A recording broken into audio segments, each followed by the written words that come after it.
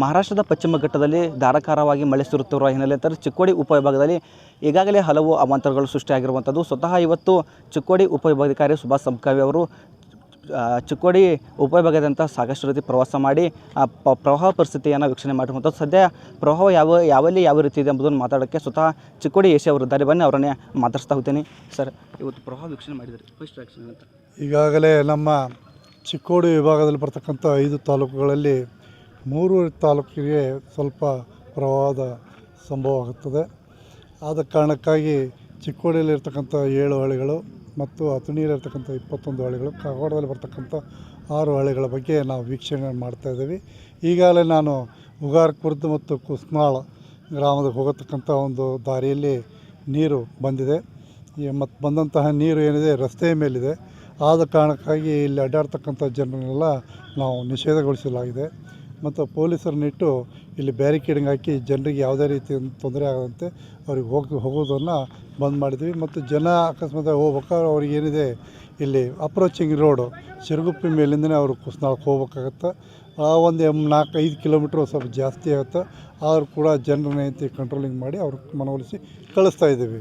ಮತ್ತು ನಮ್ಮ ಉಪವಿಭಾಗದಲ್ಲಿ 9 ಬ್ರಿಡ್ಜ್ಗಳು ಬಂದಾಗಿದ್ದಾವೆ. ಅವರಿಗೂ ಕೂಡ ನಾವೆಲ್ಲ ವಿಶೇಷವಾಗಿ ಅವರಿಗೆ ಅರೇಂಜ್ಮೆಂಟ್ಗಳನ್ನ ಮಾಡಿಸಿದ್ದೀವಿ. ಮತ್ತು ಅವರು ಹೋಗ್ಬೇಕಾದ್ರೆ ಆಲ್ಟರ್ನೇಟಿವ್ ದಾರಿಗಳನ್ನು ಸಹಿತ ಅವ್ರು ನೋಡಿಕೊಂಡು ಜನ ಹೋಗ್ತಾ ಇದ್ದಾರೆ. ಜನರಿಗೆ ಯಾವುದೇ ತೊಂದರೆ ಇಲ್ಲ. ಮತ್ತು ಮೇಲ್ಗಡೆ ನೀರೇನಿದೆ ಈಗಾಗಲೇ ಹೆಚ್ಚಿಗೆ ನೀರು ಬರ್ತಾ ಇದೆ.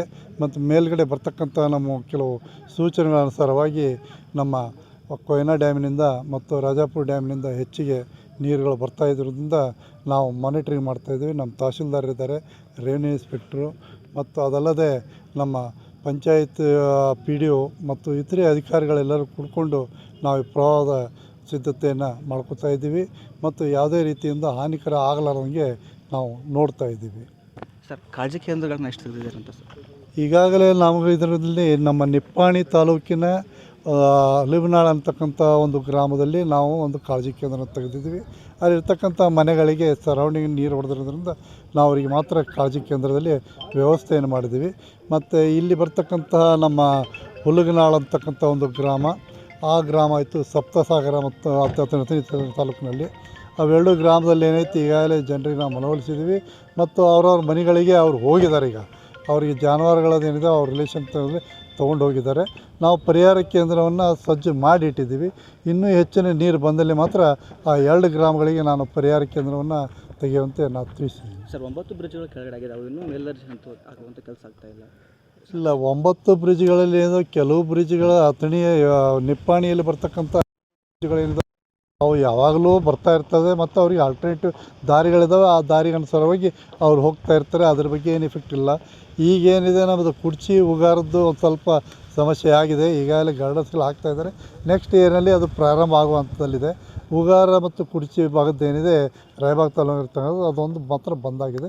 ಉಳಿದ ರೋಡ್ಗಳಿಗೆ ಏನೂ ಸಮಸ್ಯೆಗಳಿಲ್ಲ. ಪುನರ್ವಸತಿ ಸಿಗ್ತಾ ಇಲ್ಲ, ಅದಕ್ಕಾಗಿ ಹುಲ್ಬಾಳೆ ಗ್ರಾಮಸ್ಥರು ಹೋಗ್ತಾ ಇಲ್ಲ ಅಂತ ಹೇಳ್ತಾ ಇದ್ದಾರೆ. ಇಲ್ಲ, ಹುಲ್ಬಾಳೆ ಗ್ರಾಮದ ಪುನರ್ವಸತಿ ಸೌಲಭ್ಯದ ಬಗ್ಗೆ ಈಗಾಗಲೇ ನಾವು ಏನೈತಿ ಅವರಿಗೆ ನಾವು ವ್ಯವಸ್ಥೆಯನ್ನು ಮಾಡ್ತಕ್ಕಂಥದ್ದು ನಮ್ಮ ಕರ್ನಾಟಕ ನೀರಾವರಿ ನಿಗಮದವ್ರು ಮಾಡಬೇಕಾಗತ್ತೆ.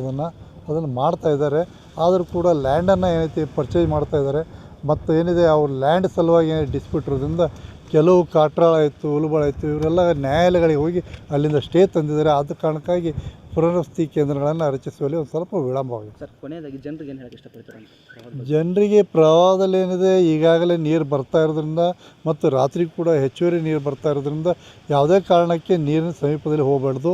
ಮತ್ತು ನದಿ ಪಾತ್ರದಲ್ಲಿ ಒಗ್ಯಾಣೋಗ್ಯಕ್ಕಾಗಲಿ ಅಥವಾ ಜಾನುವಾರುಗಳನ್ನು ತೊಳೆಯೋಕ್ಕಾಗಲಿ, ಅಮಾವಾಸ್ಯೆ ಇದೆ ಅಂತೇಳಿ ಗಾಡಿಗಳನ್ನು ತೊಳೆಯೋಕ್ಕಾಗಲಿ ಆ ಯಾವುದೇ ವಿಷಯಕ್ಕೂ ಅವ್ರು ನದಿ ಪಾತ್ರದಲ್ಲಿ ಹೋಗ್ತಕ್ಕಂಥದ್ದಲ್ಲ.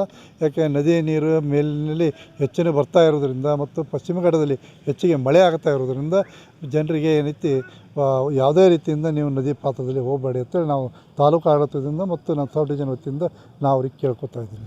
ಇದಿಷ್ಟು ಏನಂತಂದರೆ ಯಾರೂ ಸಹ ನದಿ ಪಾತ್ರಕ್ಕೆ ಇಳಿಬೇಡಿ, ಯಾರೂ ಸಹ ಭಯವನ್ನು ಪಡಬೇಡಿ, ನಿಮ್ಮ ಜೊತೆ ನಾವಿದ್ದೇವೆ, ನಮಗೆ ಸಹಕರಿಸಿ ಎಂದು ಚಿಕ್ಕೋಡಿ ಉಪವಿಭಾಗಾಧಿಕಾರಿ ಸುಭಾಷ್ ಸಂಕವಿ ಹೇಳ್ತಾ ಇರುವಂಥದ್ದು. ಕ್ಯಾಮ್ರಾ ಪರ್ಸನ್ ವಿಜಯ್ ಜೊತೆ ಪ್ರಶಾಂತ್ ಸತಿ, ಅಶ್ವಯೋಗ ನ್ಯೂಸ್, ಚಿಕ್ಕೋಡಿ.